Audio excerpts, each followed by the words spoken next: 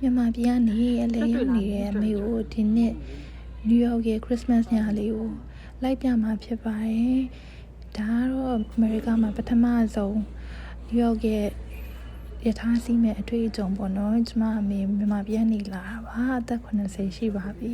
။အရင်ထူးဆန်းပြီးကြည်နေတာကြွက်တွေကိုလည်းမြင်လို့ပေါ့နော်။ပြီးတော့ဒါရထားစစီးပြီးတော့ခုဆိုရင် Rockefeller Center ကိုရောက်ပါပြီ။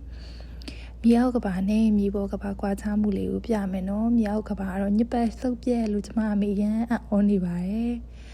ပြီးတော့ပေါ်ရောက်သွားရင်တော့လုံးဝမြို့ကြီးကရုပ်ရှင်တွေက New York City ဆိုတဲ့မြို့ကြီးကိုစတင်မြင်ရမှာဖြစ်ပါတယ်မိတွေကလည်းလင်းထိန်မိလူတွေကလည်းအများကြီးပြည့်ကျက်နေတဲ့ New York City ရဲ့ညအလားပေါ့နော်ဒီနေ့က Christmas Eve လို့ခေါ်မှာပေါ့နော်24ရက်နေ့ဆိုတော့အမေကတော့အရန်ချမ်းနေရဲ့ဂျက်ကင်ထွေးတွေဝေးပြီးတော့အုတ်ထုပ်တွေရောမာဖလာတွေရောဟလုံးကအောက်ဖစ်ကအပြည့်အစုံနဲ့အခုဆိုရင်တော့ကျမတို့လမ်းလျှောက်ပြီးတော့ Rockefeller Center ရှိတဲ့နေရာကိုသွားမှာဖြစ်ပါတယ် Rockefeller Tree ပေါ့နော် Christmas သစ်ပင်ကိုသွားကြည့်မှာပေါ့ဒီဘက်က Christmas theme တွေလာဆင်ထားတဲ့နေရာကိုဖြတ်ပြီးတော့Rockefeller Tree ရှိတဲ့နေရာကိုခုသွားနေတာပေါ့နော်လူတွေကလည်းအပြည့်ပဲဟောရောက်ပါပြီကျမအမေကိုစနေရပါအမေကိုပြတာအမေတရားတော့အမေတို့ငငယ်တော့ရုပ်ရှင်ကားတွေမှာမြင်ရတဲ့ Christmas သစ်ပင်မှာတရားအနိုဝီယာဒီဇိုင်းပေါ့နော်ဒါပေမဲ့ဒီသစ်ပင်ကဒီနှစ်ကို East Green Bush လို့ခေါ်တဲ့ New York State ကနေပြီးတော့ပဲရထားတဲ့ဒီသစ်ပင်ဟာပေါ့နော်ဒီသစ်ပင်ကိုတည်လာပြီးတော့သူတို့မီးအပြည့်အလားဆင်ထားတာဖြစ်ပါတယ်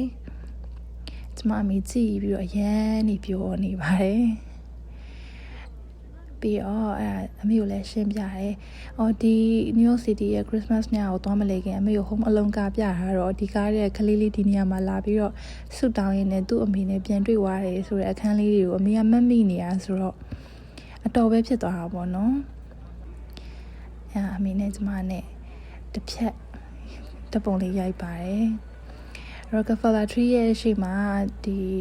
Netscape တွေလည်းစီးနေကြတယ်ကလေးတွေရောလူကြီးတွေရောအစုံပဲเนาะပျော်စရာကြီးတခါမှတော့မစီးကြည့်ဘူးနောက်တစ်ခါကျရင်တော့စီးကြည့်ဖို့ try အောင်မယ်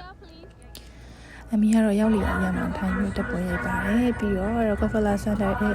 ညနေချင်းဆိုင်မှာပဲအခုလိုမျိုး Christmas ဆိုတော့ဒီချင်းတွေလည်းဖွင့်ပြီးတော့3D ခေါ်မှာ 4D ခေါ်မှာပြောတတ်ပါတော့လောက်တာတကယ်ကိုပြောစရာကြီးပါလူတွေကလည်းအများကြီးပဲ tourist တွေများတယ် foreigner တွေပေါ့နော်အဖြူရေးဆိုတာထက်ကိုနိုင်ငံသားသက်ခီးသွားတွေရမ်းများပါတယ်ဒီအချိန်ဆိုလူကလုံးဝပြည့်ကျက်နေတာပါပဲအဲတော့ကျမအမေရောတန်းတော်ငီးမောပြီးတော့သူအရန်နေပြောနေပါတယ်ကျမတို့သုံးတွဲလေးကတော့တစ်ချက်ပေါ့နော်ပြီးတော့ကျမတို့တွေအားလုံးဒီအလားစင်သားတဲ့ဟာတွေကိုခန်းစားကြည့်ရှုပြီးရဲ့ချိန်ကျတော့လမ်းပြန်လျှောက်ပြီးတော့ခုနက Christmas theme အတွက်အလားစင်ထားတဲ့ဒီဘောလုံးအနီအောင်လေးဘလို့ခေါ်လဲမသိဘူးအဲ့ဘက်ကိုပြန်ပြီးတော့လမ်းလျှောက်သွားပါတယ်အဲ့ညရောက်တော့လေကျမအမေကပြောတာပါပဲထိုင်ပြီးတော့အမလီကြနနပဲရီများပြီးတော့တပုံနေရိုက်ပါတယ်